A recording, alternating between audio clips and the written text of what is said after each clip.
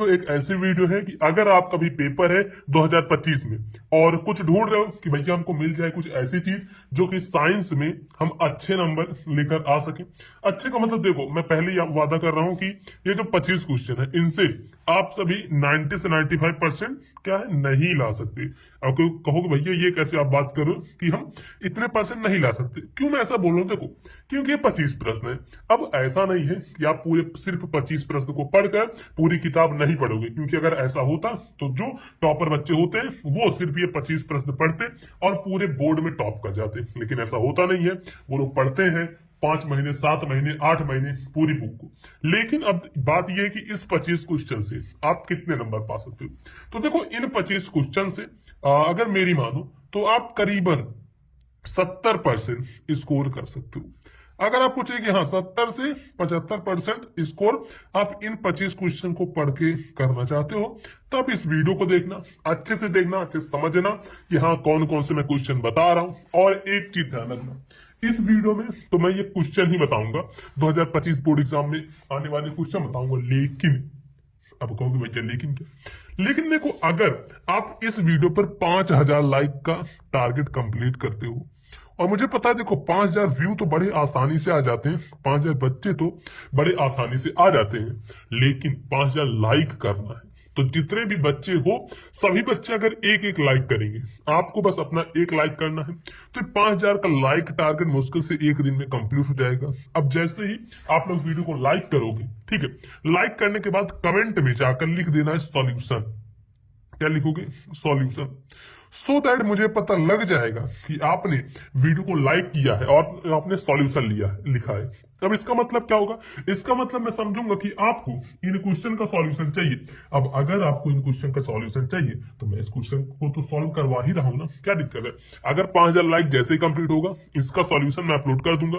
तो आपसे बस एक चीज मैं बोलना चाहूंगा, इन पूरे क्वेश्चन का सॉल्यूशन यानी कि इसका आंसर, अगर आंसर चाहिए तो आप सभी कमेंट करना सॉल्यूशन, मैं इसका आंसर बताऊंगा, और 5000 लाइक वीडियो पर होना चाहिए। तो देखते हैं सबसे पहला क्वेश्चन। और जितने भी क्वेश्चन है चाहो तो एक कॉपी पे लेकर बैठ जाओ, नोट कर सकते हो। और ये एनसीईआरटी के क्वेश्चन है, एनसीईआरटी के सारे ही क्वेश्चन है।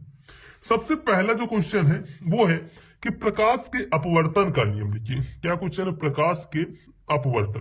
प्रकाश के अपवर्तन, इसका नियम लिखना है। प्रकाश का अपवर्तन, अपवर्तन क्या होता है ये पूरा अच्छे से समझाना है। और उसके बाद अपना सेकंड क्वेश्चन देखते हैं। सेकंड क्वेश्चन है परावर्तन एवं अपवर्तन में क्या अंतर है। परावर्तन एवं अपवर्तन में क्या अंतर है आपको बताएं। देखो, एक होता है अपवर्तन और एक होता है परावर्तन। तो इन्हीं दोनों के बीच एक अंतर बताना है कि आखिर इन दोनों में क्या अंतर होता है, इस अंतर को बताना है। उम्मीद है यार बड़े आसानी से आप सभी बता लोगे, इतना मुझे आप सभी पर उम्मीद है। ठीक, और नहीं बता पाओगे तो भाई बस लाइक ही तो करना है यार, कमेंट में लिखना सॉल्यूशन, इसका पूरा सॉल्यूशन मैं लेकर आ जाऊंगा। तीसरा नंबर जो है वह है लेंस की क्षमता। लेंस की क्षमता यानी कि power of lens. Power of lens को परिभाषित करें कि आखिर जो लेंस की क्षमता होती है, जिसको जिसको हम डायोप्टर बोलते हैं, डी से प्रदर्शित करते हैं, इसको परिभाषित करना है। और इसकी इकाई, इसकी जो इकाई है, इकाई इन द सेंस की इसकी यूनिट, इसकी यूनिट क्या होती है। ठीक है, लेंस की क्षमता, पावर ऑफ लेंस को परिभाषित करें और इसकी इकाई क्या होती है ये बतानी है। और चौथा नंबर है, चौथा नंबर क्या है कि प्रतिरोध का नियम। प्रतिरोध जो होता है, प्रतिरोध का नियम जिसे हम ओम्स लॉ भी बोलते हैं, प्रतिरोध के नियम को ओम्स लॉ बोलते हैं, ये क्या है? प्रतिरोध का नियम क्या है, प्रतिरोध की इकाई क्या होगी ये बताना है। पांचवा नंबर जो क्वेश्चन है विद्युत धारा के चुंबकीय प्रभाव। विद्युत धारा के चुंबकीय प्रभाव का वर्णन करना है। विद्युत धारा के चुंबकीय प्रभाव का वर्णन करना है। उसके बाद छठा नंबर है अपवर्तनांक। अपवर्तनांक जिसे हम बोलते हैं रिफ्रैक्टिव इंडेक्स। अपवर्तनांक क्या होता है इसका सूत्र लिखें। अपवर्तनांक क्या होता है, रिफ्रैक्टिव इंडेक्स क्या होता है, इसका सूत्र भी लिखना है। फिर उसके बाद सातवां नंबर कि ऊर्जा के संरक्षण के सिद्धांत को समझाइए। ऊर्जा का संरक्षण का सिद्धांत, इसको समझाना है। आठवां नंबर क्वेश्चन है कि आवृत्ति। आवृत्ति यानी कि फ्रीक्वेंसी। फ्रीक्वेंसी क्या होती है, इसकी इकाई क्या है। फ्रीक्वेंसी क्या होती है, इसकी इकाई क्या है, ये बताना है। उसके बाद 9वां नंबर जो क्वेश्चन है कि रासायनिक अभिक्रिया यानी कि केमिकल रिएक्शन, रासायनिक अभिक्रिया क्या है, उदाहरण सहित समझाइए। उदाहरण सहित समझाना है आखिर केमिकल रिएक्शन क्या होता है, रासायनिक अभिक्रिया क्या होती है, एक उदाहरण के साथ में समझाना है। फिर 10वां नंबर जो क्वेश्चन है, अब ये सब ध्यान रखना, केमिस्ट्री से कुछ क्वेश्चन चल रहे हैं, यहां तक जो था ये सब फिजिक्स के क्वेश्चन थे। ये सब किसके थे, फिजिक्स के क्वेश्चन थे। अब यहां से जो चलना प्रारंभ हुआ ये 9वें नंबर से, ये क्या है, ये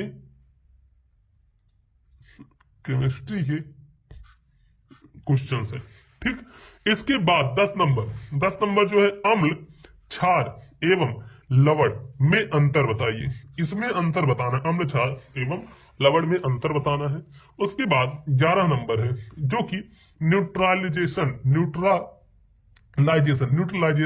अभिक्रिया क्या है, न्यूट्रलाइजेशन अभिक्रिया क्या है, उदाहरण देना है। उदाहरण यानी कि इसका एग्जाम्पल, ठीक है, इसका एग्जाम्पल देना है। फिर 12वां नंबर क्वेश्चन कि धातु एवं अधातु के गुणों की तुलना कीजिए, कि धातु क्या होते हैं, अधातु क्या होते हैं, इनके गुण जो होते हैं उनकी तुलना करनी है। फिर है 13 नंबर क्वेश्चन कि अपचयन और ऑक्सीकरण की परिभाषा दी। अपचयन और ऑक्सीकरण की परिभाषा देनी है। फिर उसके बाद 14 नंबर क्वेश्चन है कि कार्बन की रासायनिक गुणधर्म का वर्णन करें। कार्बन के रासायनिक गुणधर्मों का वर्णन करना है। उसके बाद 15 नंबर क्वेश्चन है कि एसिड, ठीक है, एसिड और बेस के बीच, एसिड और अम्ल, एसिड बेस यानी कि क्या होता है, देखो एसिड मतलब होता है अम्ल, बेस मतलब होता है क्षार। तो अम्ल और क्षार के बीच एक रासायनिक प्रतिक्रिया, ठीक है, रासायनिक प्रतिक्रिया को संतुलित करने, तो ये करना है। उसके बाद आगे देखो, आगे बढ़ते हमने 16 नंबर क्वेश्चन पे। तो देखो कि यहाँ पे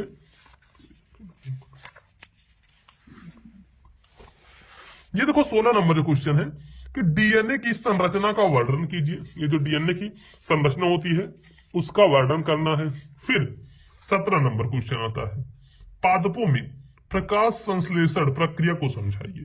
पादपों में प्रकाश संश्लेषण की प्रक्रिया को समझाना है। इन क्वेश्चन को एक कॉपी पेन लेकर बैठ जाना, उसमें चाहो नोट कर सकते हो। और बताता हूं कौन कौन से क्वेश्चन थे और इनका सॉल्यूशन चाहिए तो कमेंट बॉक्स में आंसर तो आप लिखोगे ही लिखोगे। ठीक, तो देखो अब यहाँ पे है 18 नंबर कि जनन का महत्व क्या है। ठीक है, जनन का महत्व क्या है, इसके प्रकारों को समझाइए। उसके बाद 19 नंबर है कि मानव पाचन तंत्र का वर्णन करें। मानव पाचन तंत्र का वर्णन करना है।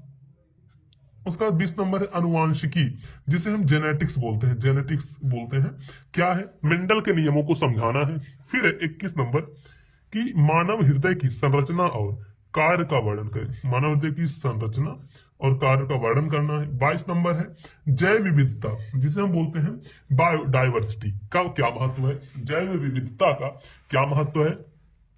फिर 23 नंबर है ग्लोबल वार्मिंग क्या है, इसके कारण और परिणाम बताइए। इसके कारण और परिणाम बताना है कि ग्लोबल वार्मिंग क्या है, इसके कारण और इसका परिणाम बताना है। उसके बाद है 24 नंबर क्वेश्चन कि पर्यावरण प्रदूषण के प्रकार और उनके प्रभावों को समझाइए। फिर 25 नंबर क्वेश्चन है जल संरक्षण के उपाय क्या है, उदाहरण देकर समझाइए। ठीक है, तो ये कुछ इस टाइप से 25 क्वेश्चन है।